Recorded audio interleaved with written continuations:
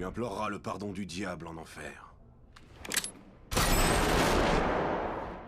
City Hunter, Nicky Larson, manga, animé, légendaire, culte, hein, que dire de ça? Je pense qu'on est très nombreux à aimer Nicky Larson, ou City Hunter, parce que je sais pas si vous préférez VO ou VF, moi j'aime bien les deux. Même si la VF a mal vieilli comme la plupart des animés, mais elle est hilarante. Après bon, je vous avoue, l'animé je l'ai pas regardé en entier, je le regarde au compte-gouttes quand des épisodes passent à la télé. Le manga j'ai pas encore lu au complet parce que j'ai jusqu'au tome 8, donc j'ai lu que jusque là. Très sympa ce format de tome au passage, même si les derniers qu'ils ont fait là en double, c'est pas mal aussi, mais putain, qu'est-ce que c'est gros. Et en termes d'OAV, j'ai rien vu. Non, c'est pas une blague. Les premiers OAV, même si c'est en coffret, je ne les ai pas vus du tout. En termes de films, les deux seuls que j'ai vus, c'est Le Parfum de Cupidon. Oui, bon, je vais donner vite fait mon avis dessus parce que je pense que certains vont me le demander. Je ne suis pas fan du Parfum de Cupidon. Je sais que beaucoup disent de ce que j'ai vu, que c'est une bonne adaptation de manga, que ça vaut le coup. Moi, pour ma part, je l'avais vu au ciné, j'ai pas détesté la séance, hein, et je suis pas totalement rentré dedans. Notamment parce que j'avais plus l'impression de ne pas voir un film Nicky Larson, parce que oui, je sais que c'est plus de l'animé que du manga,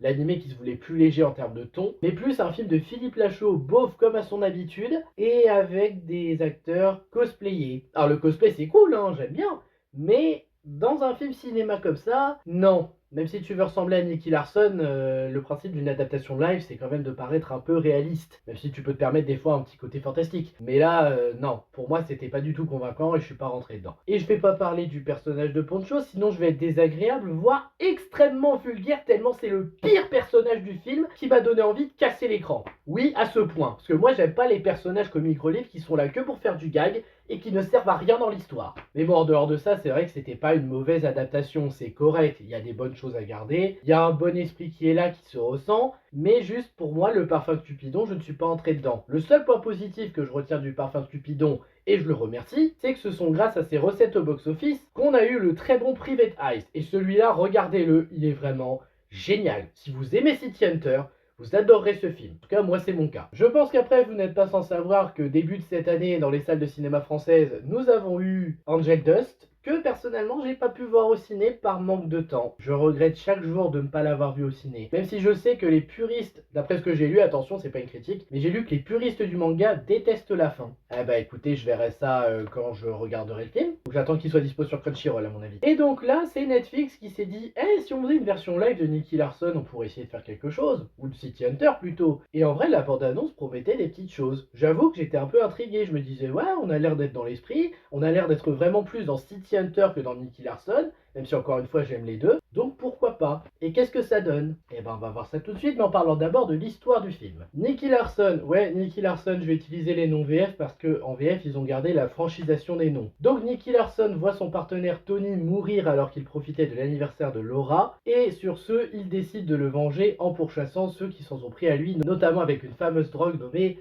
l'Angel Dust. Laura, de son côté, est également déterminée à venger son frère malgré qu'elle n'ait pas d'expérience dans ce domaine. Elle va donc suivre Nicky et tenter d'apprendre de lui afin de pouvoir venger son frère comme il se doit. Et pour cela, ils vont devoir protéger une cosplayeuse qui est liée à cette drogue, Kimi, dont les effets sont différents et qui va être la cliente de Nicky. En gros, c'est l'histoire du film globalement résumée. Et donc, qu'est-ce que j'ai pensé de ce film City Hunter, de cette nouvelle adaptation de Nicky Larson? Bah, je vous avoue que j'ai passé un beau moment en la regardant. Non, vraiment, c'est un bon film, c'est très sympa, c'est dans l'esprit, tu retrouves vraiment beaucoup d'éléments du manga qui font que ça réussit là, dans l'esprit en tout cas, et ça plaît. Tout n'est pas à sauver et vous allez vite comprendre pourquoi. Et est-ce que je l'ai préféré à la version de Philippe Lachaud?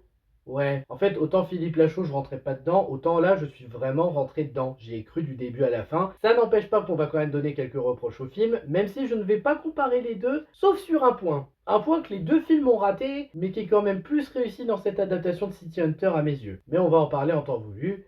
Commençons par le négatif. Dans les points négatifs, on va commencer par parler de quelques personnages ratés. Alors non, je ne vais pas parler de Laura ici, parce que Laura, je sais qu'on a reproché, pour la plupart, que ce n'est pas la Laura comme dans l'animé et le manga, que c'est pas la femme avec du caractère qui remet Nicky à sa place, qui l'empêche un peu d'aller batifoler. J'ai envie de dire que c'est un peu normal vu que c'est leur toute première enquête ensemble. C'est un peu normal qu'on n'ait pas la Laura qu'on connaît dès le début. Donc il y a un développement, et elle a un développement d'ailleurs. Donc je comprends qu'ils aient sacrifié le fait qu'on n'ait pas la Laura qu'on connaît, surtout qu'on aura de fortes chances de la voir dans la suite. Parce que oui, je pense que Netflix aura prévu une suite. Pour moi, ce n'est pas un problème, Laura. Par contre, si on doit parler d'Hélène, là ça ça devient un problème. Hélène, elle est complètement ratée. Si on vous parle de la Hélène du manga, vous pensez à qui? Vous pensez à la femme qui, certes, travaille pour la police, mais qui utilise ses charmes sans aller trop loin pour obtenir ce qu'elle veut, que ce soit envers Nikki, envers d'autres hommes ou quoi que ce soit. Et elle est géniale. J'aime beaucoup le personnage dans le manga. Mais là, c'est pas du tout la Hélène qu'on connaît. Cette Hélène-là, c'est plus la femme flic belle, et qui ne joue pas de ses charmes,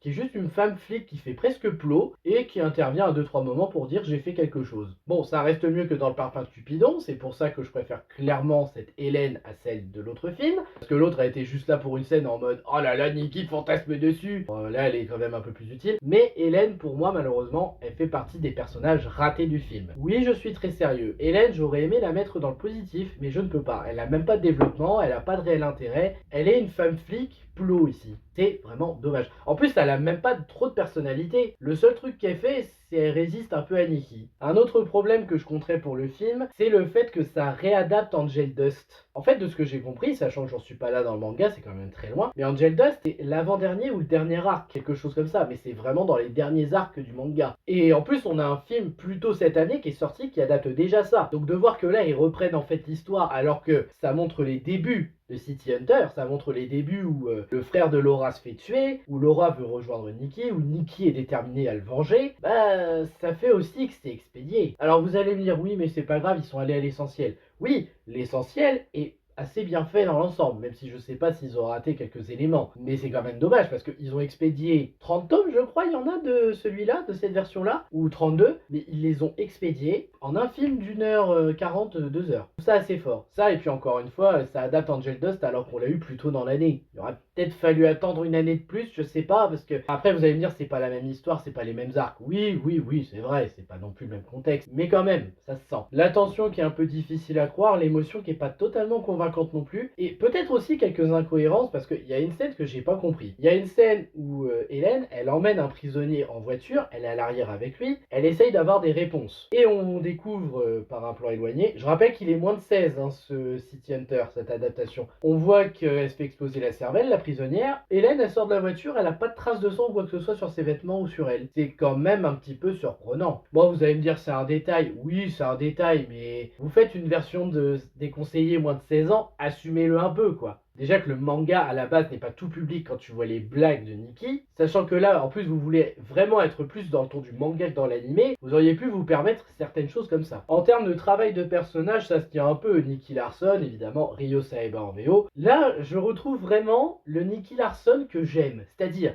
le Nicky Larson, certes pervers, qui a quand même un petit peu de limite, mais pervers dans l'ensemble, qui vraiment n'hésite pas à se lâcher dans des blagues sexuelles des fois, dans des moments osés, dans son quartier des plaisirs comme il l'appelle. Je retrouve ce côté-là de Nicky que j'aime, sans qu'il fasse trop beauf, et de l'autre côté, je retrouve le Nicky Larson badass que j'aime dans les combats. C'est ça que j'aime beaucoup avec Nicky Larson, c'est qu'il a une double personnalité. Dans la vie actuelle, il est souvent en mode fêtard, joyeux, pervers, mais alors quand tu le mets en mode sérieux des enquêtes, missions qu'il a, là il est vraiment en mode badass, ne me cherche pas. Pour vous dire, je pense même que Ryo Saeba, c'est un des personnages les plus badass de tous les mangas. Et là, je retrouve ce personnage. Peut-être pas parfaitement, mais je retrouve le Ryo Saeba, Nicky Larson que j'aime ici. Drôle, badass, déterminé, et qui sait aussi cacher ses émotions. Parce que mine de rien, à Laura, c'est ce qu'il fait souvent, il cache ses véritables émotions. Et c'est bien, là je retrouve vraiment le Nicky Larson que j'aime. Concernant Laura, bon, c'est pas la Laura du manga encore une fois, mais si je la compte dans le positif, c'est parce qu'elle a un développement intéressant. C'est d'ailleurs la seule qui a un réel développement dans ce film. Donc là, Laura, sa motivation c'est de venger son frère et d'être déterminée à retrouver ce cartel, à lui faire payer, malgré qu'elle ne sache pas dans quoi elle s'est embarquée. C'est un peu logique. On la voit faire des erreurs de débutante, faire confiance à des gens sans savoir qui c'est, ne pas se méfier, mais encore une fois, c'est normal, c'est sa première fois. Il y en a qui pourraient dire qu'elle est vraiment stupide. Je dirais que l'espoir de vouloir retrouver ce cartel et de croire en Nikki, ça fait qu'elle a peut-être un neurone en moins, sans compter le stress aussi, parce que quand tu te lances là-dedans pour la première fois. Donc en vrai, je peux pardonner Laura, surtout qu'elle est la seule à avoir une bonne évolution par rapport à ce qu'elle va apprendre de la vérité, parce que oui, la vérité va faire mal à entendre, mais elle va l'entendre, et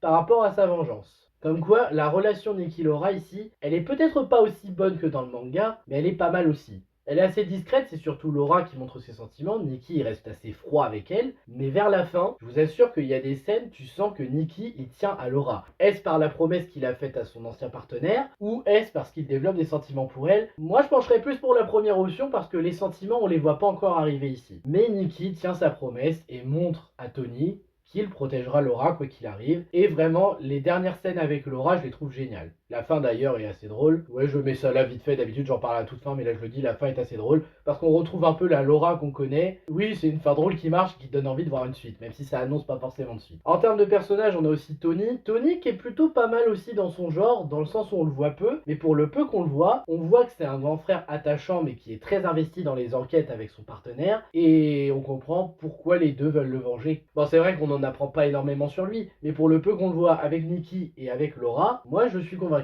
Et bon, en dernier personnage notable, on a Kimi la cosplayeuse. C'est plus la cliente à protéger ici qu'autre chose. C'est pas une des clientes les plus marquantes qu'on connaisse de City Hunter, c'est vrai. Mais l'idée en soi est pas mauvaise. Même le coup que ça provoque certaines situations drôles avec Nikki, je vais pas nier, j'aime l'idée. Les décors sont convaincants, les musiques sont cool. D'ailleurs, il y a des références aussi très sympas quand on fait attention. Je vous invite à ouvrir l'œil pour certaines séquences. La VF, j'en parle vite fait, elle est étrangement convaincante. Je savais qu'ils auraient pas repris Vincent Ropion pour refaire Nicky Larson, ce qui est dommage parce que je l'adore, mais ça passe bien la nouvelle VF. Après bon, peut-être que je serais plus investi dans la VO cette fois, je ne sais pas. Je le revois en VO. Mais je peux pas nier que j'ai aimé Nicky Larson là en VF. VF, VO, question goût, on respecte. La mise en scène est plutôt pas mal dans la manière dont elle est gérée, il y a de l'inattendu qui marche bien, il y a des éléments de symbolisme aussi qui sont pas mal, notamment pour Laura et Nikki, ce que représentait Tony pour eux, ce cartel de la drogue, le fameux Angel Dust, il y a vraiment de très bonnes idées de symbolisme. Pas assez poussé pour certains personnages malheureusement, mais il y a quand même des bonnes idées de temps en temps. Le jeu d'acteur est très efficace, l'humour, c'est de l'humour à la City Hunter. C'est de l'humour un peu vulgaire mais pas trop, qui arrive vraiment à te faire rire grâce à Nikki, c'est l'humour de City Hunter. Je peux pas nier que j'ai pas mal rigolé pendant le visionnage et je n'ai aucun regret, vraiment l'humour est très réussi. Pareil pour les moments d'action, c'est un peu particulier en termes de mise en scène pour quelques plans, mais c'est vraiment d'action à la City Hunter. On voit vraiment la différence de Nicky Larson entre les deux. Dans les moments d'action, il est très sérieux, il est investi, il se donne à fond, et t'as vraiment de quoi le craindre. Et dans les moments juste naturels, il fait le débile, il est pervers, mais il est très drôle. Enfin, les costumes, bah j'ai envie de dire que là, ça fait pas cosplay, ça fait vrai costume pour un live de City Hunter qui arrive à te convaincre sans problème. Voilà, je pense que je n'ai pas grand chose à ajouter. Donc au final, Nicky Larson, est-ce que ça vaut le coup? Franchement, oui. C'est une adaptation live qui m'a fait passer un beau moment, que je retrouve vraiment dans l'esprit du manga et de l'anime. C'est pas parfait, bien sûr. Évidemment, une adaptation ne peut pas être parfaite, mais j'ai vraiment apprécié. Après, est-ce que c'est le meilleur film Nicky Larson? C'est dur à dire, je les ai pas tous vus. Et de tous ceux que j'ai vus, non, je continue de préférer Private Eyes. Mais j'ai quand même bien aimé et j'ai aucun regret de dire que je l'ai vu et que je l'ai apprécié. Que je sais que certains vont dire que oui, d'autres que non. Les goûts, les couleurs, propre à chacun. Moi j'ai aimé, j'assume. Si vous avez envie de découvrir City Hunter, même sans avoir lu le manga, vous ne serez peut-être pas pleinement dedans parce que le problème de Nicky Larson, c'est que si tu connais pas l'univers de base, même sans avoir de connaissances, que tu sais pas que c'est un mélange humour beauf et action badass, ça va déjà peut-être pas passer pour tout le monde avec le manga.